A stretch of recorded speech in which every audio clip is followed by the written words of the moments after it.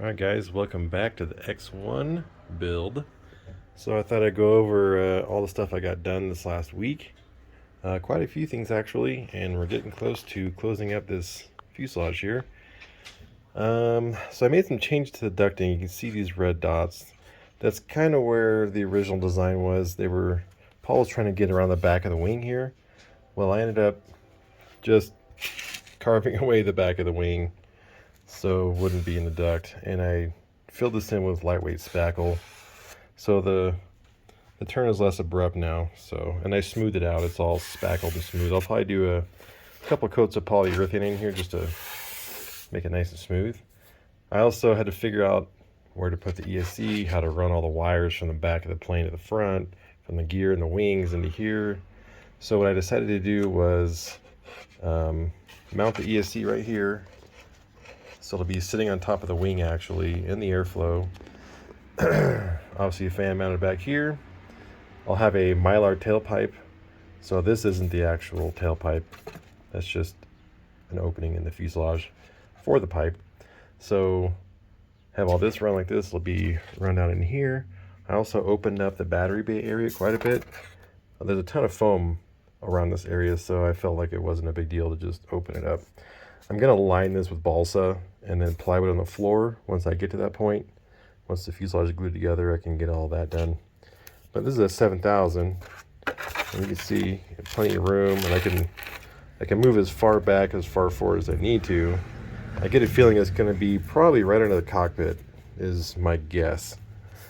Maybe just a smidge forward, but there's a lot of plane. The CG is right around here-ish, so that's pretty far forward from the CG, but there's also a lot of weight back here. So the tails and the wings are sort of heavy. So anyways, the ducting actually looks pretty good now. I'm pretty convinced that it's going to work really well. So I also opened it up a little bit.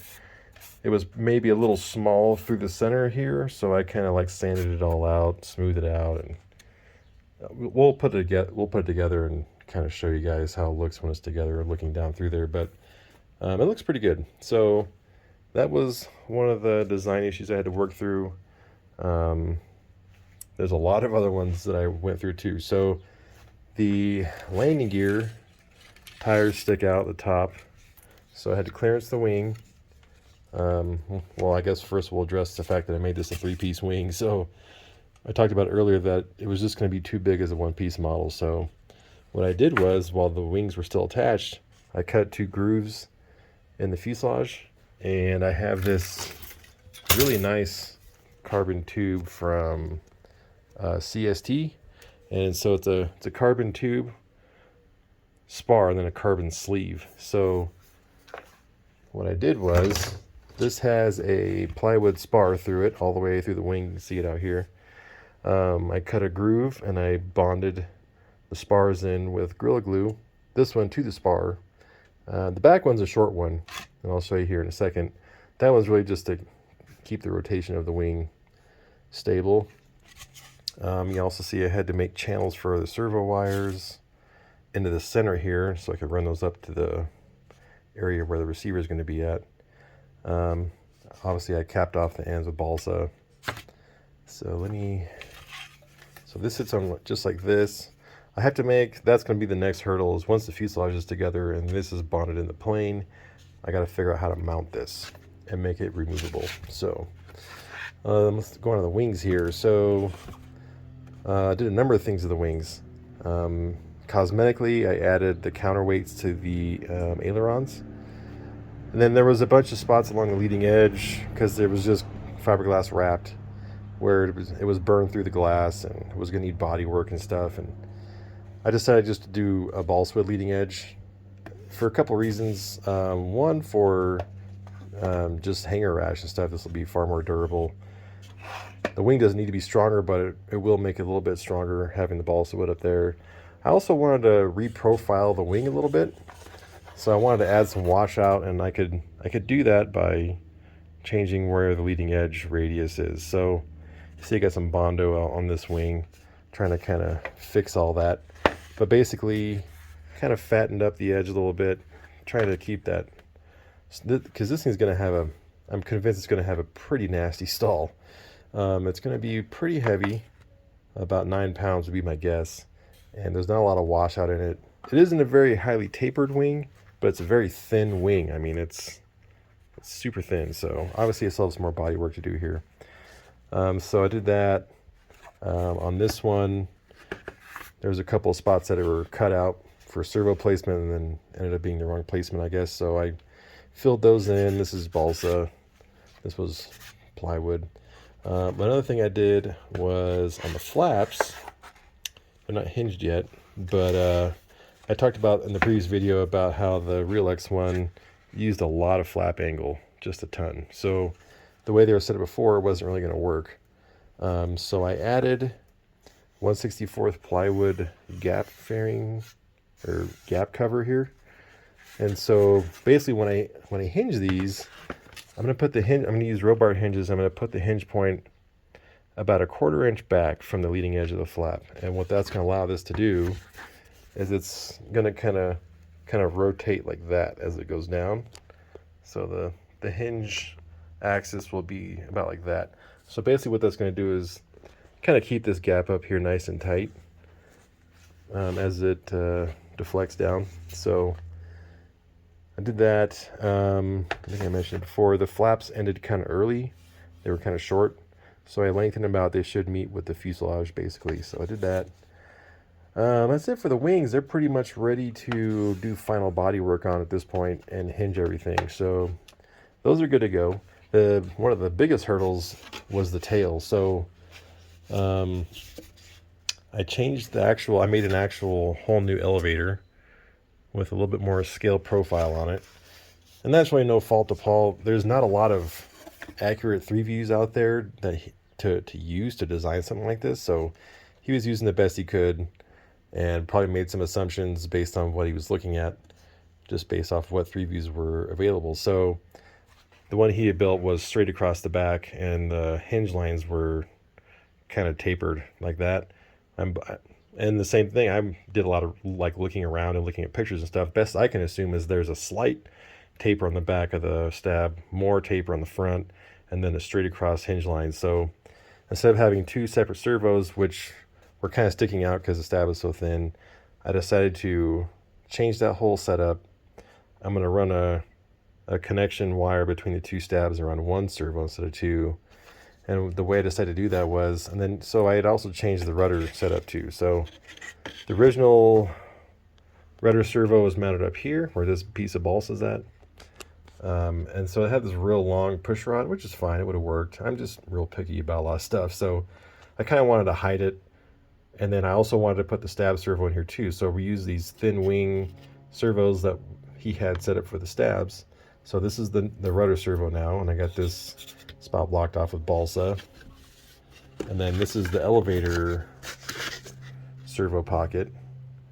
So, and I made it to where these mounts actually touch each other. So they're opposite of each other, but they're kind of mounted to each other just for strength. And then I've also ran a carbon tube through the back of the tail, and I mounted the back of that servo pocket mount to the spar to help hold that in place. And then obviously because this is 1/4 inch thick and the stab you'd made is quite a bit thicker, the cutout in the tail was really thick. So the real X1's got some fairings that go along the stab here to actuate for it's for the trim, but the whole elevator moves on the real X1. This is kind of a fairing to kind of hide all that. There's like a little channel up here with like a fairing on that kind of covers up the front of this whole thing. So I got to make that still, obviously. Once I glue the stab in, I got to glass it first. Once I glue it in, I'll fill all this in and do all that. But I also added a spar into the tail that runs up to the stab, bottom of the stab, kind of tying everything together. There's going to be another spar carbon tube that runs through here that runs through the stab actually. So because there's going to be this is a pretty big tail for one. There's a lot of loads having the stab mounted to the tail. So I got all that done. I also did a balsa leading edge on the vertical for the same reason for doing it on the wing. It's just stronger that way and takes to abuse and knocking into things much better than just foam with glass over it. And it wasn't too hard to do. So I did that. Let's see, what else we got done here. I think we're just about ready to bond this together. I have to verify the wires are on the right. I think I can actually just reverse it through the programmer, but I'm gonna set it up anyways to where it's running properly in the right direction. So I got to make a tailpipe. Got to get this all situated, and then I got to glue the wing in on one side, the wing center section, in the one side, so I can mount the ESC before I glue both fuselages together. So that's the next step. Once that gets done, I can start body working the fuselage. I can kind of finish up the battery area. And while that's drying, I can work on body work for the tails. I got to glass the stab, like I said.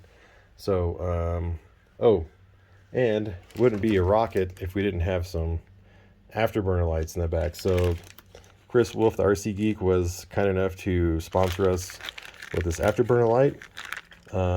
I've used Chris's center burners for a long time. If you don't know the backstory, they were actually pretty much the first people to come out with this design, and then a number of people copied the idea.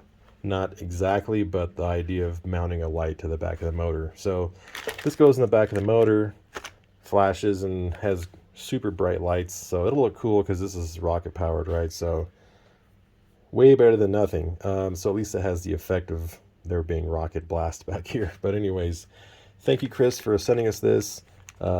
Chris and our common friend John Schleif designed this setup here, and Chris markets it and sells it, obviously. So if you're looking for a really sweet center burner setup, lights, go to thercgeek.com. Check it out. But thank you, Chris, for that. Let's see what else we got going here. Let me put this thing together really quick. I had it together a couple days ago. It looks really cool. So I'll get this thing put back together for you guys. I'll show you the inlet with the two fuselages together and get a better idea for how it looks when it's together. But yep.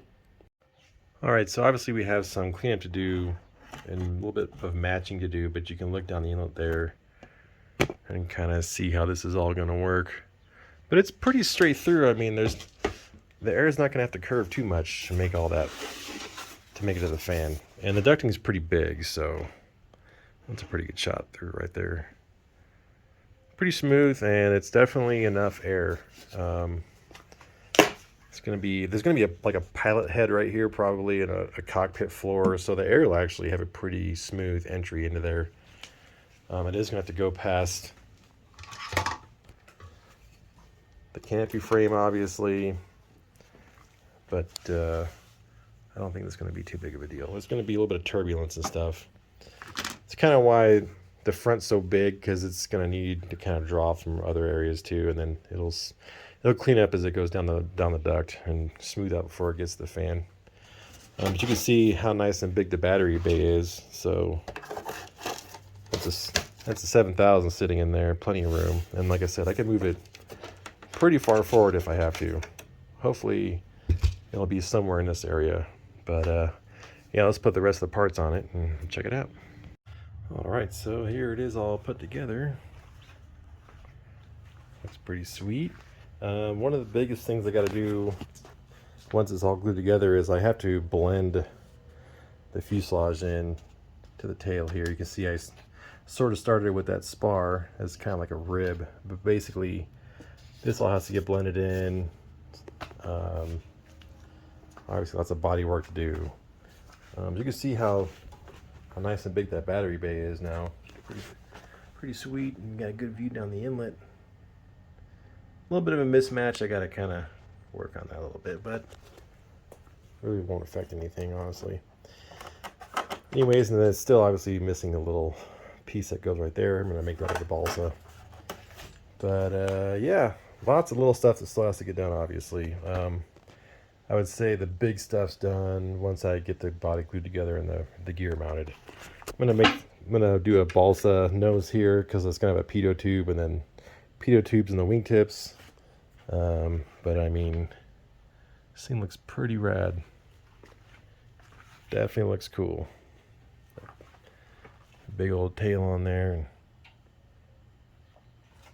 really, really neat model. So, hope you guys like the progress this week. And hopefully by next weekend, we'll have this thing sitting on its own gear. The majority of the bodywork done, the tails will all be done.